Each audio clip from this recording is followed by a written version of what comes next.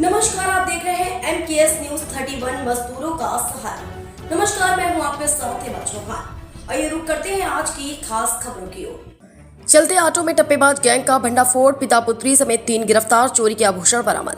जनपद मैनपुरी के कोतवाली कुरावली पुलिस ने यात्रियों को निशाना बनाकर चलते वाहनों में टप्पेबाजी करने वाले एक शातिर गैंग का पर्दाफाश करते हुए पिता पुत्री समेत 3 आरोपियों को गिरफ्तार किया। पुलिस ने आरोपियों के कब्जे से चोरी किए गए सोने के आभूषण भी बरामद कर लिए हैं। इस कार्रवाई को यात्रियों की सुरक्षा की दिशा में पुलिस की बड़ी सफलता माना जा रहा है। पुलिस के अनुसार थाना घिरोड क्षेत्र के नकला रजा निवासी अंजू देवी अपने पुत्र के साथ शरीफपुर से घिरोड जाने के लिए एक ऑटो में सवार हुई थी। सफर के दौरान उसी ऑटो में बैठे पिता पुत्री ने बड़ी सफाई से उनके बैग से 5,000 रुपए नकद, एक सोने की चैन और कानों के झालों की एक जोड़ी चोरी कर ली।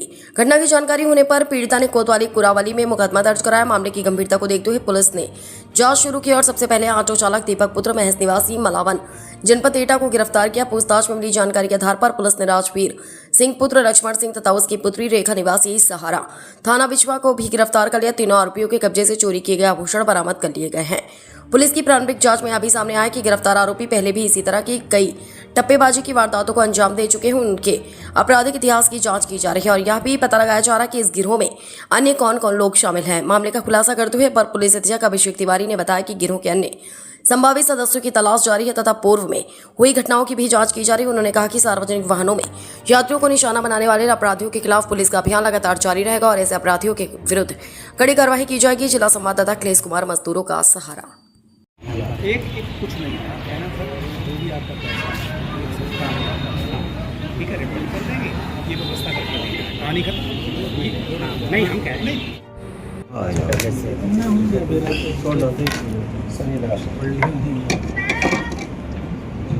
और तो ये नहीं है सभी लोग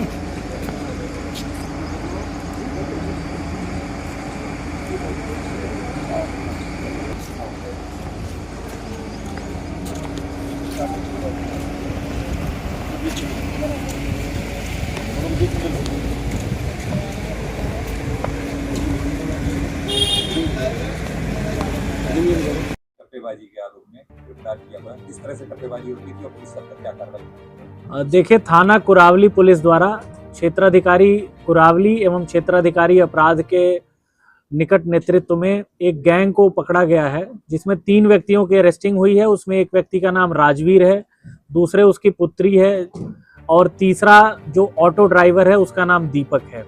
ये तीनों ऐसा करते थे कि इनके द्वारा एक राय होकर एक गैंग के तौर पर संचालन किया जा रहा था अपने कार्यों का।